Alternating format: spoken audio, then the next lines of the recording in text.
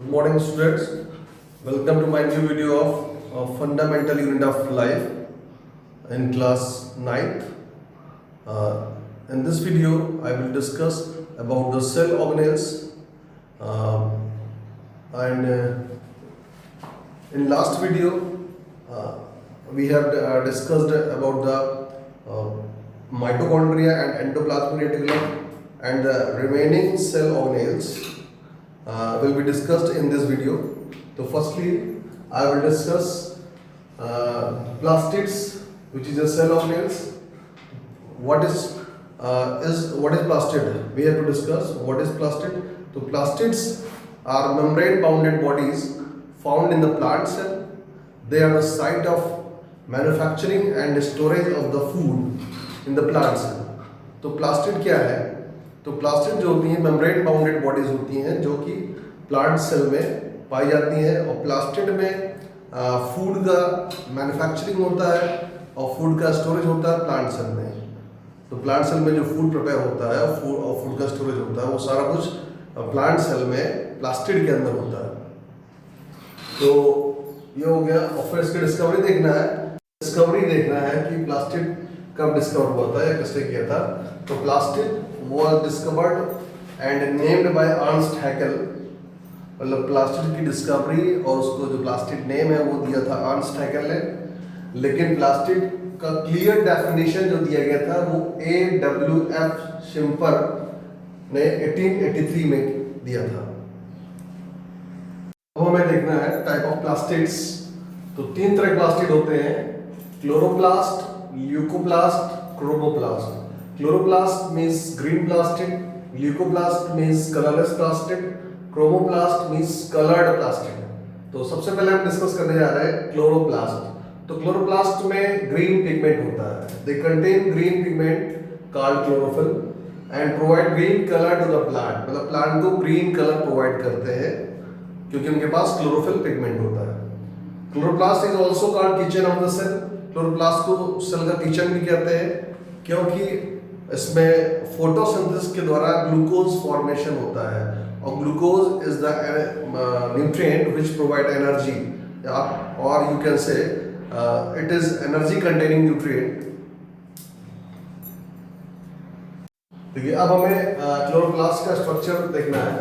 तो क्लोरोप्लास्ट में following structures होती हैं. इसे नोट्स के अकॉर्डिंग पहले नोट समझते हैं, फिर डायग्राम के थ्रू इसको समझाया जाएगा. तो इसमें बोला जा रहा है कि मेम्ब्रेन सबसे पहले स्ट्रक्चर है membrane. Chloroplast is bounded by double membrane. मतलब क्लोरोप्लास्ट में दो मेम्ब्रेन होती हैं. जैसे ये देख लीजिए, ये क्लोरोप्लास्ट, इसमें ये डबल मेम्ब्रेन.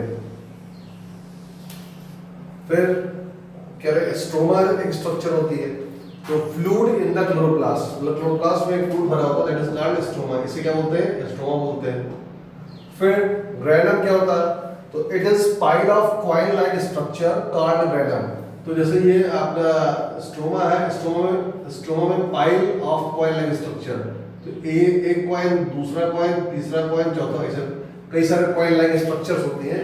और हर पाइल को, मतलब एक ढेर को क्या बोलते हैं? ग्रेनम बोलते हैं. और एक कॉइन लाइक स्ट्रक्चर को बोलते हैं थैलाकॉइड.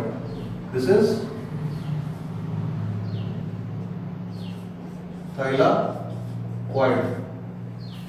ठीक है. तो कह रहे there are many grana in chloroplast. Grana क्या? ग्रेनम का प्लूरल होता है, ग्रेना होता है. अभी यहाँ पे थैलाकॉइड की डेफिनेशन है. Each coin like structure is called thylakoid. यहाँ पे जैसे अगर एक कॉइन निकाल दिया जाए, this is thylakoid. Bounded by single membrane, इसमें एक ही मेम्ब्रेन होती है. अब बात करें क्वांटासोम की. Particles on the thylakoid membrane, मतलब थैलाकॉइड की मेम्ब्रेन पर ये जो पार्टिकल्स हैं इनको बोलते हैं क्वांटासोम बोलते हैं. क्या बोलते हैं? Quantasome. Quantasome. Each quantasome contain 230 chlorophyll molecule. मतलब एक पार्टिकल में 230 क्लोरोफिल मॉलिक्यूल होते हैं. Chlorophyll molecule.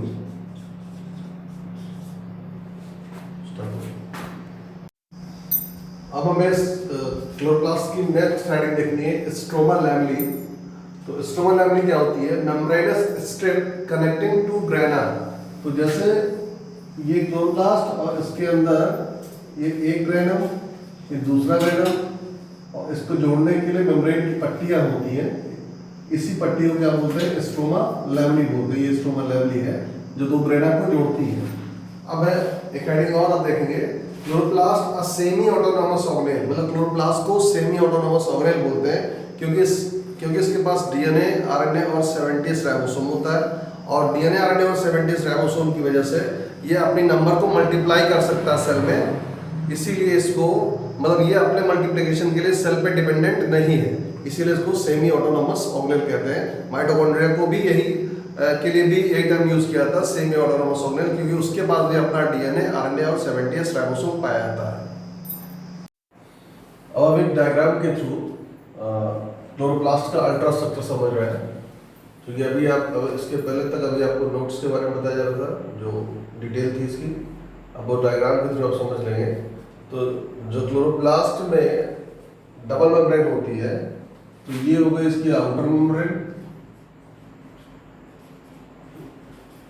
जैसा कि आपको पहले बताया गया है कि ये एक सेल ऑर्गेनेल है, और सेल ऑर्गेनेल जो होते हैं वो मेम्ब्रेन बाउंडेड होते हैं। तो यहाँ पर डबल मेम्ब्रेन है, आउटर मेम्ब्रेन और इनर मेम्ब्रेन, और दोनों मेम्ब्रेन के अंदर की ओर फ्लूइड भरा हुआ होता है, और इस फ्लूइड को स्ट्रोमा कहते हैं, फ्लूइड को स्ट्रोमा कहते हैं।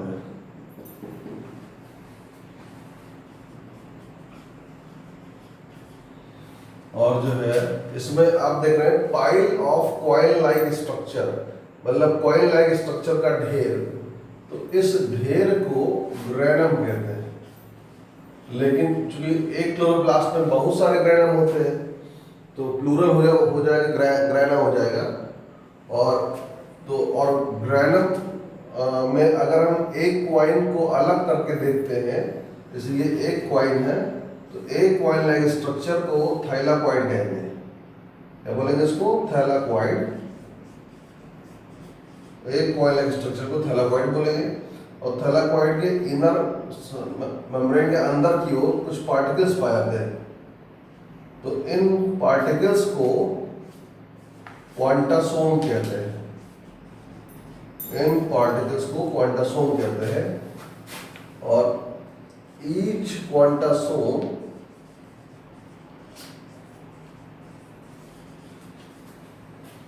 contains 230 chlorophyll molecule. एक क्वांटासोम में 230 क्लोरोफिल के मॉलिक्यूल्स पाए जाते हैं। साथ में दो ग्रेनम को जोड़ने के लिए यहाँ पे डबल मेम्ब्रेन की बनी पट्टियां होती हैं, नोट्स में पहले बताया जा चुका है इसको। इस पट्टी को स्ट्रोमा लेमली कहते हैं, स्ट्रोमा लेमली कहते हैं। साथ ही इसमें डीएनए, आरएनए पाया जाता है, डीएनए, आरएनए और 70 राइबोसोम पाया जाता है।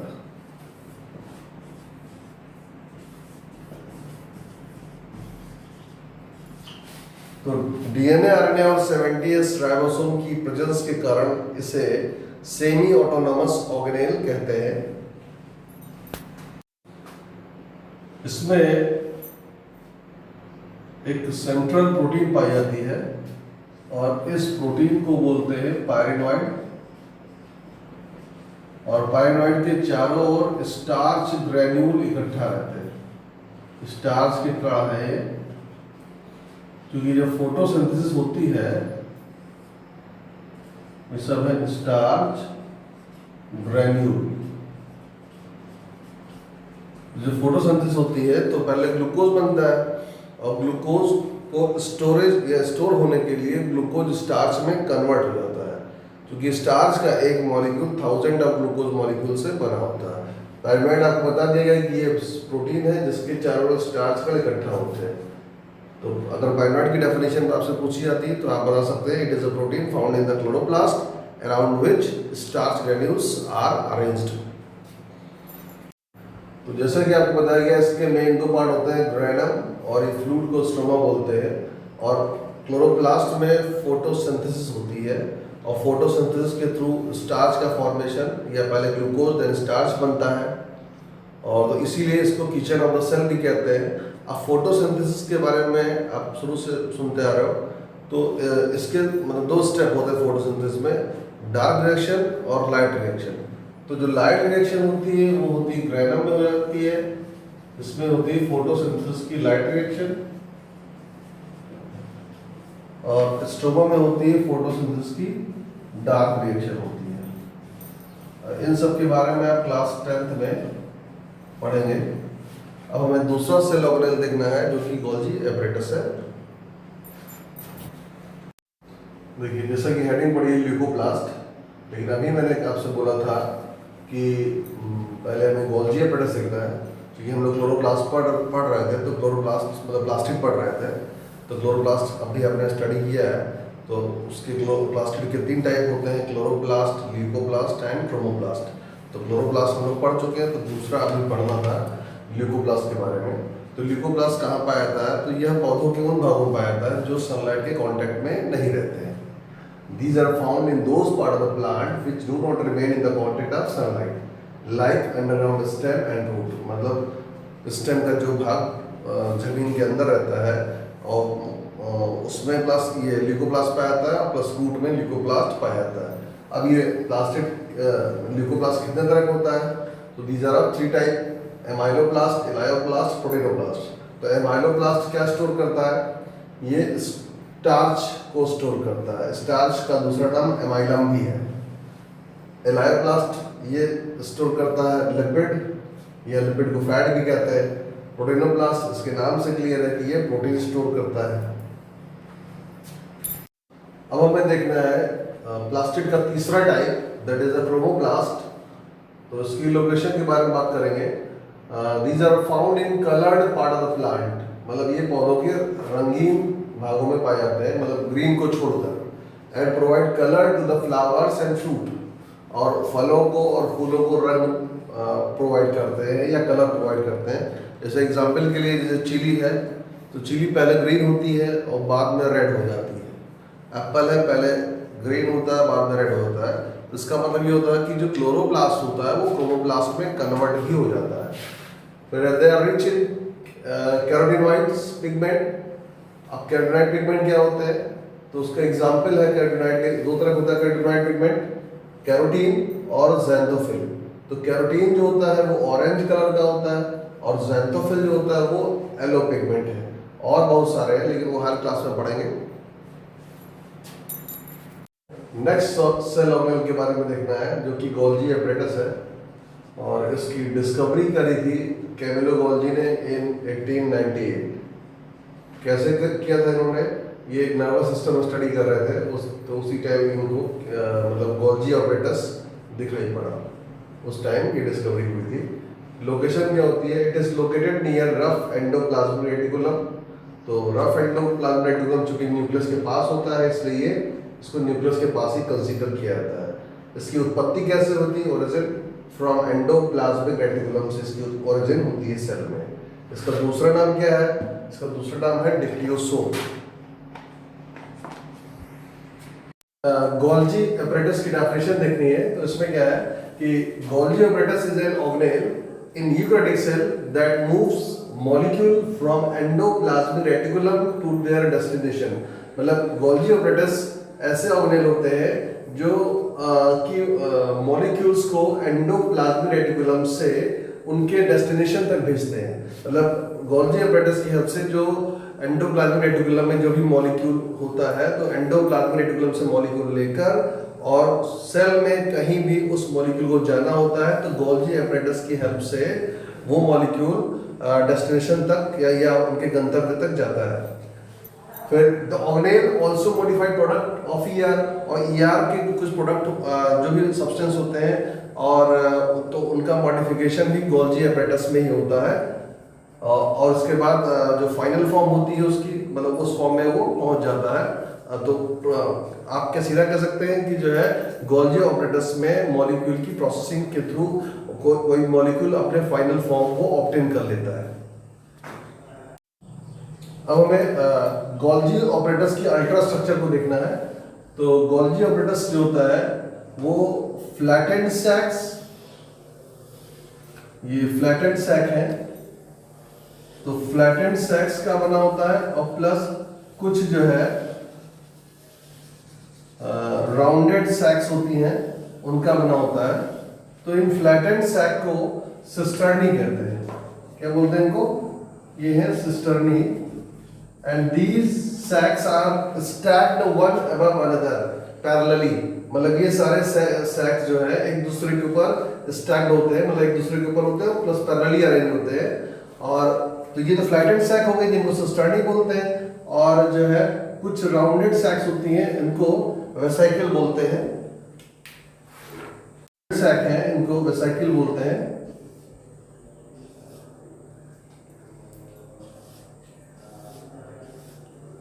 These are vesicles। तो वेसाइकल की हेल्प से ही मटेरियल जो होता है सेल में उनकी डेस्टिनेशन तक पहुंचता है, जहां भी जिस मटेरियल को जाना होता है वहां तक पहुंच जाता है। तो आप देख रहे हैं इसमें, तो इस गोल्जी एपरेटस में दो फेस होती हैं। एक होती है सिस फेस, इस रीजन को सिस रीजन बोलते हैं या सिस फेस बोलते हैं। नीचे वाले रीजन को, और ऊपर वाले रीजन को बोलते हैं ट्रांस फेस बोलते हैं, ट्रांस फेस कहते हैं। तो अब सिस फेस क्या होता है? तो गोल्जी ऑपरेटस में सिस फेस वो फेस होता है जहां से मटेरियल एंडोप्लाज्मिक रेटिकुलम, मतलब एंडोप्लाज्मिक रेटिकुलम में जो भी मटेरियल है वो मटेरियल गोल्जी ऑपरेटस में एंटर करता है। तो जिस फेस से एंटर करता है प्रोसेसिंग के लिए मटेरियल, उस फेस को क्या बोलते हैं? सिस फेस बोलते हैं। क्योंकि जो है जो गोल्जी ऑपरेटस का जो सिस फेस होता है वो एंडोप्लाज्मिक रेटिकुलम से ही जुड़ा होता है या सटा होता है, ये कह सकते हो। तो आप सिस फेस समझ गए होंगे। तो सिस फेस वो फेस होता है जिस फेस की हेल्प के थ्रू जो है एंडोप्लाज्मिक रेटिकुलम में जो कोई भी सब्सटेंस अवेलेबल है उसको अगर प्रोसेसिंग के लिए गोल्जी ऑपरेटस में एंटर करना है तो सिस फेस से एंटर करेगा। अब इस कोई भी सब्सटेंस इन वेसिकल की हेल्प से एंटर करा इसके अंदर, तो फिर उसकी प्रोसेसिंग हो गई। अब वो सब्सटेंस अपने फाइनल फॉर्म में आ गया। तो फाइनल फॉर्म में आने के बाद जिस फेस के थ्रू वो वेसिकल रिलीज होगी, जैसे ये वेसिकल यहाँ से पिंच ऑफ होके या बन के रिलीज हो रही है, तो इनको हम लेबल कर सकते हो सिक्रेटरी वेसिकल, मतलब ये मटेरियल जो बन गया है वो सिक्रेट होगा, तो इनको आप सिक्रेटरी वेसिकल कहते हैं। तो अब आपको ट्रांस फेस और सिस फेस में डिस्टिंक्शन क्लियर हो गया होगा कि सिस फेस क्या है और ट्रांस फेस क्या है। तो सिस फेस एक बार फिर से समझ सकते हैं आप कि सिस फेस वो फेस है जहां से एंडोप्लाज्मिक रेटिकुलम में अवेलेबल सब्सटेंसेस जो है गोल्जी ऑपरेटस में एंटर करते हैं। क्योंकि गोल्जी ऑपरेटस और एंडोप्लाज्मिक रेटिकुलम एक दूसरे से क्लोजली कनेक्टेड होते हैं। और उसके बाद ट्रांस फेस वो फेस होते हैं जहां पर सब्सटेंस की प्रोसेसिंग के बाद जो सब्सटेंस को अपने डेस्टिनेशन तक जाना होता है, तो उस फेस से यानी कि ट्रांस फेस से वेसिकल उन मॉडिफाइड सब्सटेंस को या मैच्योर्ड या सब्सटेंस को लेकर रिलीज होती है वेसिकल्स, तो उसे आप ट्रांस फेस कह सकते हो। ठीक है, तो आपको स्ट्रक्चर में क्लियर हो गई। नोट्स के बारे में जो नोट करना है, स्ट्रक्चर तो आपको पहले एक्सप्लेन हो चुकी है, तो देख ले नोट्स कैसे लिखना है आपको। तो Golgi apparatus is made up of a stack of flattened sac called cisternae and some rounded sacs called vesicle। तो गोल्जी बॉडी जो होती है फ्लैटेंड सैक की बनी होती है और राउंडेड सैक की बनी होती है। फ्लैटेंड सैक को सिस्टर्नी बोलते हैं और राउंडेड सैक को वेसिकल बोलते हैं। Cisternae in a stack of Golgi apparatus are arranged one above other parallelly. तो मतलब एक गोल्जी ऑपरेटस के स्टैक में सिस्टर्नी एक दूसरे के ऊपर अरेंज होती है parallelly. Golgi apparatus arises from the membrane of smooth ER, मतलब गोल्जी ऑपरेटस स्मूथ ईआर की मेम्ब्रेन से अराइज होती है। अब हमें सिस फेस और ट्रांस फेस में क्या लिखना है वो समझ लें। It is the end of Golgi apparatus where substances enter from ER for processing। तो अब हम यहाँ देख सकते हैं कि मतलब गोल्जी ऑपरेटस में वो फेस जहां से सब्सटेंसेस एंटर करते हैं फ्रॉम ईआर, ये आपका ईआर है, और ईआर से सब्सटेंसेस जो है ये गोल्जी ऑपरेटस में एंटर करते हैं। अब हमें देखना है ट्रांसफेस। तो it is the end of Golgi apparatus from where modified or processed substances exit in the form of small detached vesicle। मतलब गोल्जी ऑपरेटस का वो एंड जहां से मॉडिफाइड और प्रोसेस सब्सटेंसेस, मतलब प्रोसेसिंग के लिए मॉलिक्यूल जो है ईआर से सिस फेस के थ्रू गोल्जी ऑपरेटस में एंटर किए, और उसके बाद जब उसकी प्रोसेसिंग हो गई तो प्रोसेस्ड और मॉडिफाइड सब्सटेंस जो है जिस फेस से निकलेंगे, तो ये इस फेस से देखिए आप वेसिकल रिमूव निकल के बाहर आ रही है, तो इस फेस को जो इसकी कॉनकेव फेस है उसे हम क्या बोल रहे हैं, ट्रांसफेस, और जो कॉन्वेक्स फेस है उसे हम सिस फेस बोल रहे हैं। तो सिस फेस से मॉलिक्यूल प्रोसेसिंग के लिए एंटर करते हैं और प्रोसेस्ड मॉलिक्यूल ट्रांसफेस से बाहर निकलते हैं। ठीक है, तो ये आपका सिस फेस ट्रांसफेस में क्या नोट करना है वो आपको बता दिया गया, पहले भी डायग्राम के थ्रू बताया गया था, अभी फिर डायग्राम के थ्रू सिस फेस और ट्रांसफेस बताया गया है। देखिए अब हमें सेलुलर मेम्ब्रेन सिस्टम समझना है कि ये क्या होता है गोल्जी ऑपरेटस में। तो गोल्जी ऑपरेटस अकेले ही सिस्टम नहीं बना पाता है, इसमें प्लाज्मा मेम्ब्रेन, एंडोप्लाज्मिक रेटिकुलम और गोल्जी ऑपरेटस मिलकर एक कॉम्प्लेक्स बनाते हैं, उस कॉम्प्लेक्स को बोलते हैं सेलुलर मेम्ब्रेन सिस्टम। ठीक है, देखिए अब हमें गोल्जी ऑपरेटस का फंक्शन समझना है। तो सबसे पहला फंक्शन है it stores, modifies and PACS substances in vesicle. Substances को स्टोर भी कर सकता है, मॉडिफाई करता है और पैक करके मतलब सेल में जहाँ कहीं भी उसको जाना होता है वहाँ तक का ट्रांसपोर्ट करता है गोल्जी ऑपरेटस। दूसरा फंक्शन है फॉर्मेशन ऑफ लाइसोसोम। लाइसोसोम के बारे में नेक्स्ट वीडियो में आपको बताया जाएगा। ठीक है, तो लाइसोसोम के फॉर्मेशन में हेल्प करता है, और it form complex sugar from simple sugar in some cases, कुछ केसेस में सिंपल शुगर से कॉम्प्लेक्स शुगर बनाने में हेल्प करता है। दूसरा है सेल वॉल फॉर्मेशन में हेल्प करता है, और ये फोर्थ फंक्शन है इसका। और फिफ्थ फंक्शन है formation of cell plate during cytokinesis in plant cell. तो साइटोकाइनेसिस क्या होता है टर्म आप समझ लें, व्हाट इज साइटोकाइनेसिस। जब सेल डिवाइड करती है तो सेल डिवीजन में सबसे पहले न्यूक्लियस डिवाइड होता है। सेल डिवीजन में पहले न्यूक्लियस डिवाइड होता है। जैसे कोई सेल है, ये सेल है और इसका न्यूक्लियस है, तो पहले इसका न्यूक्लियर डिवीजन हो गया। ठीक है, तो न्यूक्लियर डिवीजन हुआ तो दो डॉटर न्यूक्लियस बन गए, तो उसके बीच में एक प्लेट बनती है, तो गोल्जी बॉडी के टुकड़े जमा हो जाते हैं यहाँ पे, तो उससे सेल प्लेट फॉर्मेशन होता है, तब पूरी सेल डिवाइड होती है। तो मतलब साइटोप्लाज्मिक डिवीजन को साइटोकाइनेसिस कहते हैं। तो सेल प्लेट फॉर्मेशन में हेल्प करता है। तो सिक्स फंक्शन है इसका फॉर्मेशन ऑफ एक्रोसोम। एक्रोसोम क्या होता है, सपोज कर लीजिए एक स्पर्म सेल है, स्पर्म सेल ये मेल गैमीट होता है, ये मेल सेक्स सेल होती है, इसका हेड है, ये इसका मिडिल पीस है, ये इसकी टेल है। तो ये हेड में न्यूक्लियस होता है और इसके टिप पे एक कोनिकल स्ट्रक्चर बनती है, इस कोनिकल स्ट्रक्चर को एक्रोसोम कहते हैं। एक्रोसोम ये ओवम को पेनिट्रेट करने में हेल्प करता है ड्यूरिंग फर्टिलाइजेशन। ये इसका हेड है, ये इसका टेल है, ये मिडिल पीस है। तो आप गोल्जी ऑपरेटस का फंक्शन आप समझ चुके हैं। तो अब आपका जो है नेक्स्ट वीडियो में जो उसके बचे टॉपिक है, जैसे वैक्यूल है और लाइसोसोम है, ये सारा कुछ डिस्कस होगा, प्लस सेल डिवीजन बाकी है आपका, वो पूरा हो जाएगा। Till then good bye, have a great day.